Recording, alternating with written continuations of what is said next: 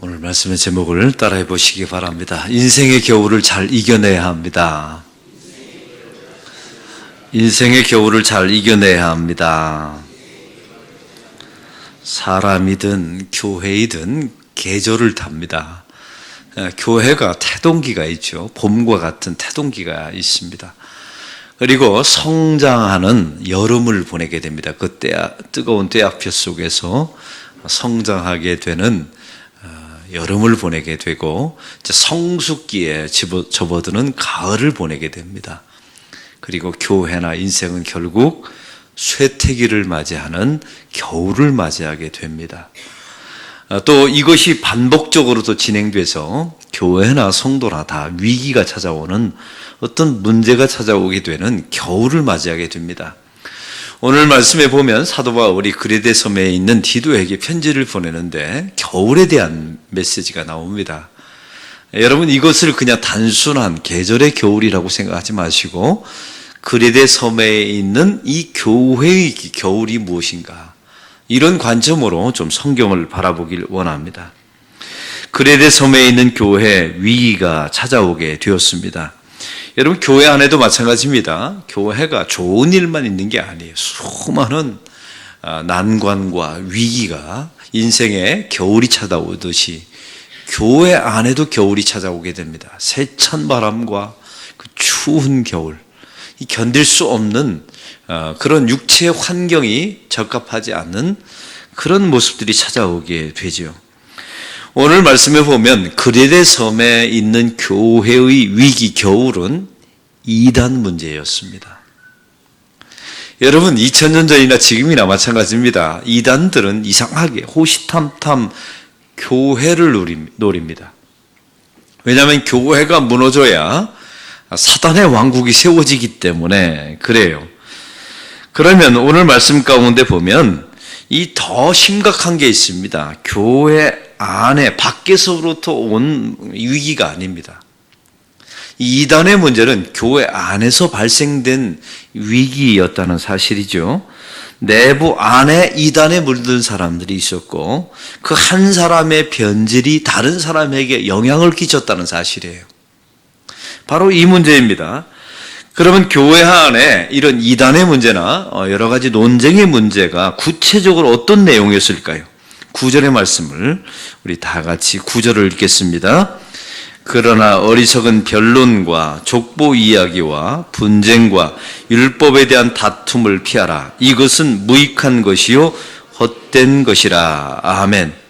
그리고 10절에 말씀하죠. 이단에 속한 사람을 한두 번 훈계한 후에 멀리하라.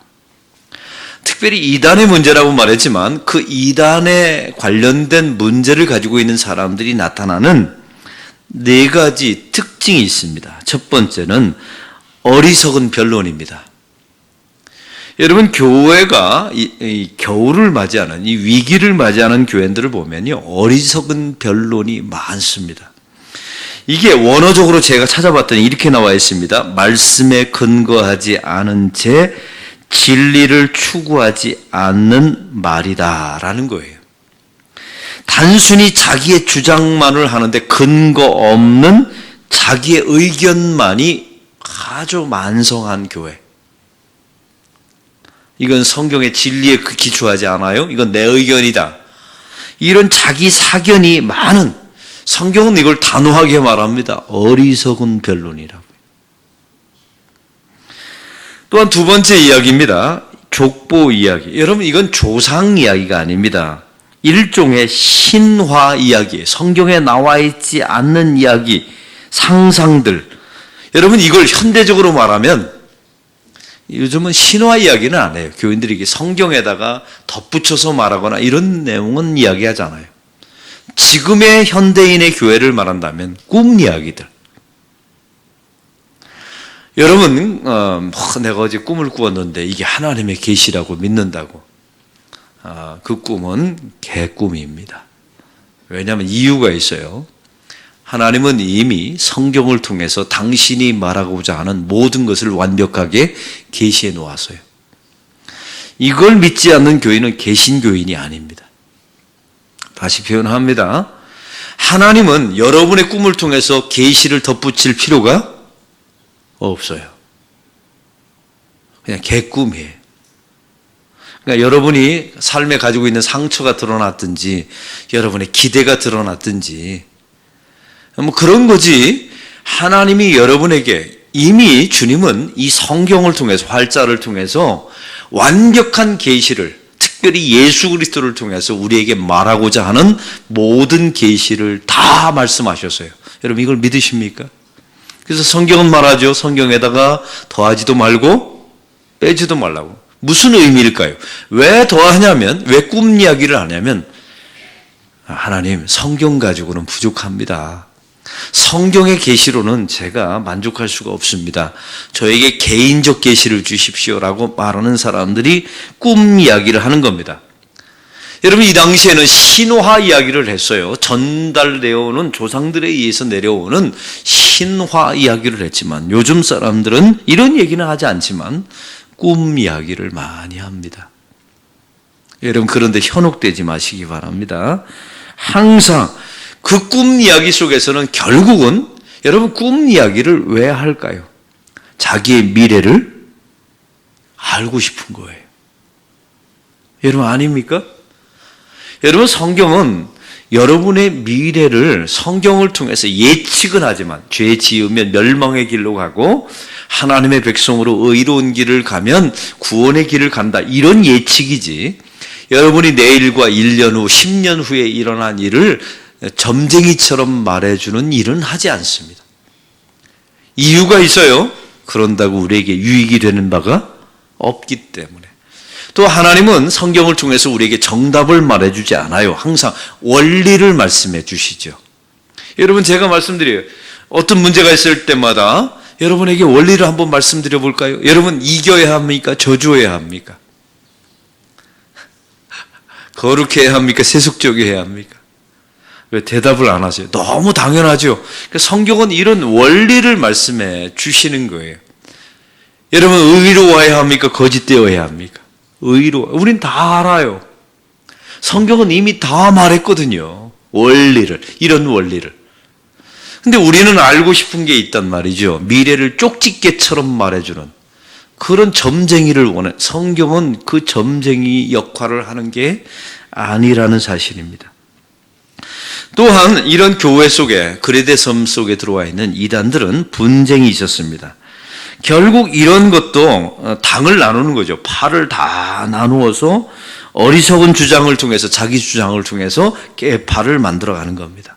여러분 교회 안에도 마찬가지예요. 교회 안에는 계파가 없습니다. 항상 우리는 그리스도 안에 있는 성도일 뿐입니다. 할렐루야.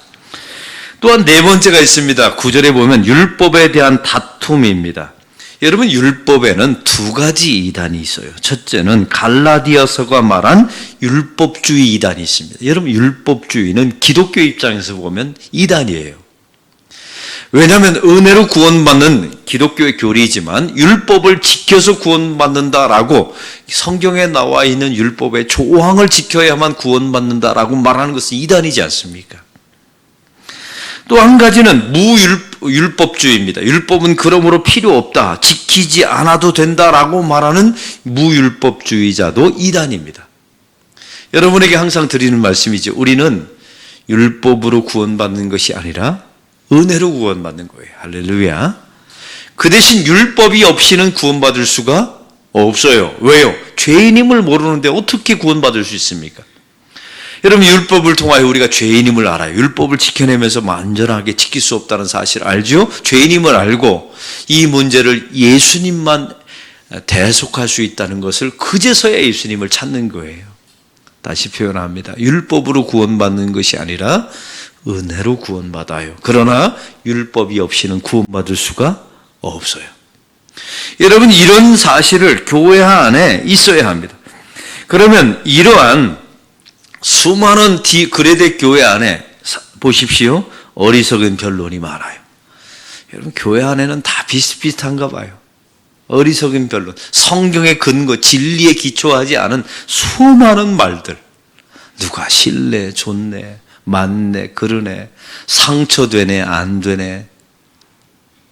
이런 수많은 성경에 기초하지 않은 수많은 변론들, 족보 이야기, 이 성경에 근거도 없는 꿈 이야기, 계시를 덧붙이는 자기 사견들, 미래를 쪽집게처럼 맞추고 싶은 점쟁이 같은 이야기들, 그 다음에 율법에 대한 다툼들, 분쟁들, 이런 문제들이 고스란히 2000년 교회 안에 지금도 남아있다는 사실입니다. 그러면 오늘 말씀에 보면 바로 이러한 교회의 겨울을 그레데 교회가 맞이하게 됐는데 바울이 제시한 세 가지 방안이 있어요. 여러분, 이것은 교회의 문제이기도 하지만 여러분의 인생의 겨울을 맞이할 때 사람도요, 쇠퇴기가 있어요. 봄에 태동기가 있고 아주 전성기인 여름을 갖고 또 완숙해져서 가을을 맞이하게 되고 결국 성도도 쇠퇴기를 맞이합니다. 육체가 쇠퇴하기도 하고 신앙이 쇠퇴하기도 해요. 어떤 외부의 영향과 위기를 통해서 육체의 또 연약함을 통해서 신앙도 쇠퇴기를 맞이합니다. 그때 사도 바울이 제시한 이 세 가지는 아주 성경이 말하는 진리이면서 우리에게 명약입니다. 확신해요. 그 세 가지는 도대체 무엇일까요? 이 그레데 섬에 있는 교회의 이런 위기, 네 가지 문제, 이단의 문제들, 또 여러분의 인생의 겨울을 맞이하게 될 때 도대체 이 문제를 해결할 수 있는 사도 바울이 성령의 계시에 따라 말씀하신 명약은 무엇일까요? 오늘 성경에 가장 반복해서 나오는 8절의 말씀을 한번 보겠습니다. 다 같이 읽겠습니다. 이 말이 미쁘도다. 원하건대 너는 이 여러 것에 대하여 굳세게 말하라. 이는 하나님을 믿는 자들로 하여금 조심하여 선한 일을 힘쓰게 하려 함이라. 이것은 아름다우며 사람에게 유익하니라. 여러분, 9절의 말씀을 또한 보면 이것은 무익한 것이요 헛된 것이라. 여러분, 여기서 사도 바울이 중요한 메시지 하나를 말하고 있습니다. 교회 안에 수많은 논쟁과 율법의 다툼과 분쟁과 또한 족보 이야기가 나왔을 때 첫 번째 기준이 있어요. 이게 유익한가 무익한가. 근데 여러분, 이 앞에 전제 조건이 있어요. 하나님에게 유익한가 무익한가, 교회에게 유익한가 무익한가, 우리 모두에게 유익한가 무익한가를 따지라는 겁니다. 한 가지는 빼셔야 돼요. 이게 나에게 유익한가가 아니에요. 서로에게. 여러분, 가정이나 교회나 개인적으로 이런 위기가 찾아오면 수많은 무엇인가를 하려고 해요. 시도를 세상의 것을 가져다 쓰든 세상의 인본주의 방법, 세상 사람들이 추구하는 엄청난 방법을 가져다 씁니다. 교회도 마찬가지예요. 여러분, 교회를 짓거나 위기가 찾아오게 되면 왜 유혹이 없겠습니까? 세속적인 방법을 동원해서 이런 문제를 풀어가고자 하는 시험이 찾아와요. 그때 성도는 여러분 마음속에 항상 이걸 다짐하셔야 돼요. 이게 하나님에게 유익한가 무익한가. 하나님에게 무익하면 하시면 안 돼요. 교회에게 유익한가 무익한가. 여러분, 교회에게 무익하면 하시면 손해봅니다.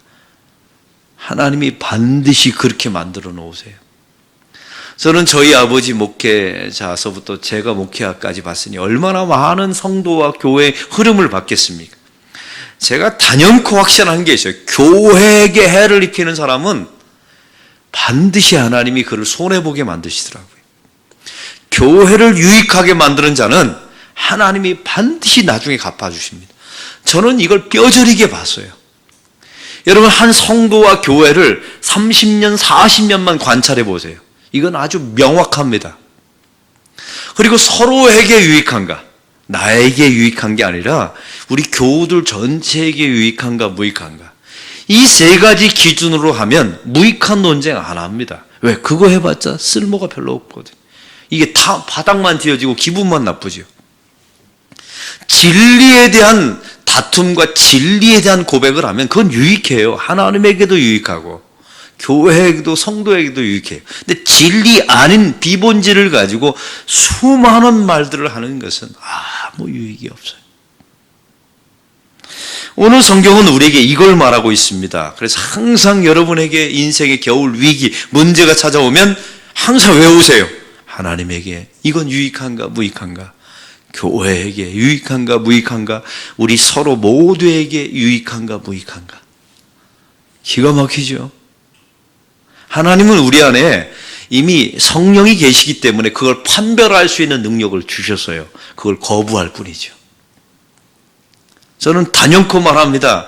화인 맞지 않는 이상은 그 안에 성령님이 있는 사람은 반드시 이 세 가지 질문만 던지면 뭘 해야 되는지 알게 돼 있어요. 그걸 거부할 뿐이죠. 그래서 자기가 진짜 진흙탕 속으로 들어가는 거예요. 오늘 두 번째 말씀에 보면 10절의 말씀, 이제 두 번째 해결 방안은 10절을 다 같이 읽겠습니다. 이단에 속한 사람을 한두 번 훈계한 후에 멀리하라. 여러분, 이 말씀이 이렇습니다. 교회에는 이단적인 묵과 진리가 있어요. 여러분, 진리는 목숨을 걸고 사수해야 돼요. 그러나 진리 아닌 것은 배척해야 합니다. 분명하게 진리 아닌 것은 죽도록 싸워서 이겨야 돼요. 여러분, 교회 안에 이걸 진리와 진리 아닌 것을 항상 구분하셔야 돼요. 다시 표현합니다. 진리 아닌 것은 죽으라고 싸워서 그걸 이겨내야 돼요. 그 진리를 침범하거나 훼손시키는 것은, 그러나 진리는 목숨을 걸고 지켜내셔야 돼요. 근데 이 진리 비진리를 떠나서 이래도 좋고 저래도 좋은 것은 그냥 놔두세요. 그거 가지고 목숨 걸 필요도 없고 그냥 시간이 지나면 다 하나님께서 해결해 주십니다. 할렐루야. 여러분, 가정에도 봅시다. 여러분 가정을 치닫고 파국으로 치닫는데 진리의 문제를 가지고 치닫나요? 그러니까 쓸데없는 짓 하는 거예요. 우리가 그냥 진리 아닌 것 가지고 습관의 차이나 감정의 차이, 환경의 차이 문제죠. 교회도 마찬가지입니다. 어떤 교회가 분란이 일어나서 교회가 쪼개졌어요. 너무 허무하잖아요. 그렇게 좋았던 교회가 나중에 왜 교회가 쪼개졌나 했더니 나중에 허탈했답니다. 이유가 뭔지 아세요? 그 교회가 김장을 담는데 서로 사이가 안 좋은 권사님 두 분이 있었어요. 이 김치를 치대는데 고춧가루를 더 넣어야 되나 말아야 되나, 이거 가지고 거기서 싸운 거예요. 근데 이 싸움이 남편들에게까지 옮겨졌네요. 남편들 뒤에 있는 좋아하는 사람들끼리 옮겨져서 이 교회가 이 둘로 결국 실컷 싸워서 분쟁해서 소송해서 교회가 갈라지고, 우리가 왜 싸웠을까 해봤더니 올라가 봤더니 고춧가루가 있더라 합니다. 이게 남의 얘기가 아니에요. 여러분, 모든 교회는 다 이런 문제가 있어요. 고춧가루 문제. 여러분, 고춧가루는 어떻게 쳐야 합니까? 한번 따라 봅시다. 그때 달라요. 기분 좋으면, 돈 있으면 많이 치고, 돈 없으면 적게 치고, 입맛이 좀 매운 거 좋아하면 많이 치고 적게 치고, 그러면 되는 거지. 뭐 그런 거 가지고 교회를 싸워서 교회를 분립까지 합니까? 사랑하는 성도 여러분, 바로 이게 사도 바울의 권면이었어요. 세 번째는 12절입니다. 우리 다 같이 12절을 읽겠습니다. 내가 아뎀이나 두기고를 내게 보내리니 그때 내가 급히 니고볼리로 내게 오라. 내가 거기서 겨울을 지내기로 여기서 겨울이란 단어가 나와요. 사랑하는 성도 여러분, 교회의 위기가 찾아오면 오늘 사도 바울은 이 문제를 수습하기 위해서 아데마, 두기고, 아볼로를 그레데 섬으로 보냅니다. 그리고 디도는 나에게 오라 라고 말해요. 이유가 있어요. 디도 너 가지고는 이 문제를 해결할 수가 없다. 그 대신 법률가이면서 성경교사인 전문가를 아볼로를 내가 그 교회의 문제를 해결하기 위해서 보내겠다 라고 말합니다. 여러분, 여기서 중요한 원리가 있어요. 아마추어는 빠져야 돼요. 문제가 생길 때 아마추어는 그 문제를 해결할 수가 없어요. 프로인 아볼로를 보냅니다. 여러분이 그레데 섬의 교회는 이미 디도와 이미 익숙해져 있었어요. 근데 디도 가지고는 이 문제를 풀어지지 않은 거예요. 훨씬 더 전문가인 아볼로를 보냅니다. 여기서 중요한 메시지가 있어요. 인생의 겨울이 오게 되면 아마추어 가지고는 이 문제가 해결이 안 돼요. 전문성이 필요해요. 또 한 가지, 사람의 협력을 통해서, 결국 아볼로와 아데미를 통해서 이 문제를 풀어가지 않습니까? 인생의 겨울을 맞이하게 되면 동역자가 필요합니다. 그 문제를 함께 짊어질 믿음의 사람들이 필요하죠. 말씀을 정리합니다. 인생의 겨울도 마찬가지예요. 얼마 전에 설명이 나왔습니다.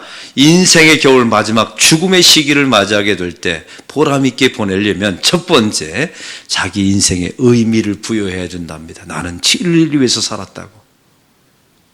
또한 두 번째, 주변에 좋은 교우와 믿음의 좋은 관계들이 있어야 된다는 겁니다. 우리 교회도 이런 인생의 교회의 겨울이 찾아올지도 모릅니다. 그때마다 무엇이 하나님 앞에, 교회 앞에 우리 서로에게 유익한가, 무엇이 진리이고 비진리인가, 그리고 우리는 반드시 협력하고 아마추어는 빠지고, 그 문제가 있을 때 점점 문제를 악화시키는 아마추어는 빠지고 프로가, 아볼로가 들어가서 그 문제를 푸는 것을 인정하는 그런 교회가 되기를 소망합니다. 오늘 말씀의 느낌과 깨달은 점을 적어보시고 해야 될 것 한 가지와 하지 말아야 될 것 한 가지를 적어보시고 이 말씀대로 사는 하루가 되게 달라고 기도하는 시간 갖겠습니다.